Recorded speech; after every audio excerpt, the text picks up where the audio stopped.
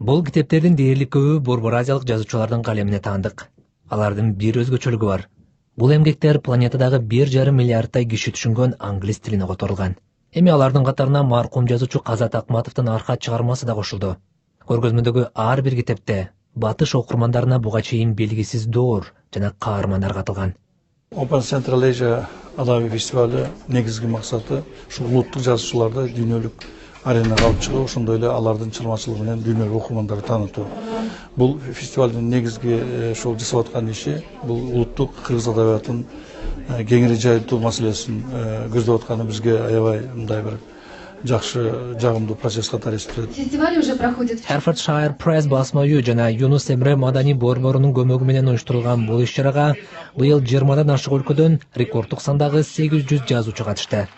Анын алкагында жазуучулар менен жолугушуулар жана маданий программалар да өткөрүлдү. Бул фестивалга кызыгуу арткан кыргызстандык жазуучулардын саны өсүп бараткан экен.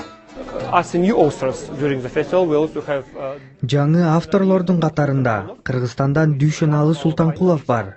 Ал адабият сынагынын финалисттеринин бири. Жыл сайын биздин фестивалдын финалына Кыргызстандан кеминде бир жазуучу чыгат.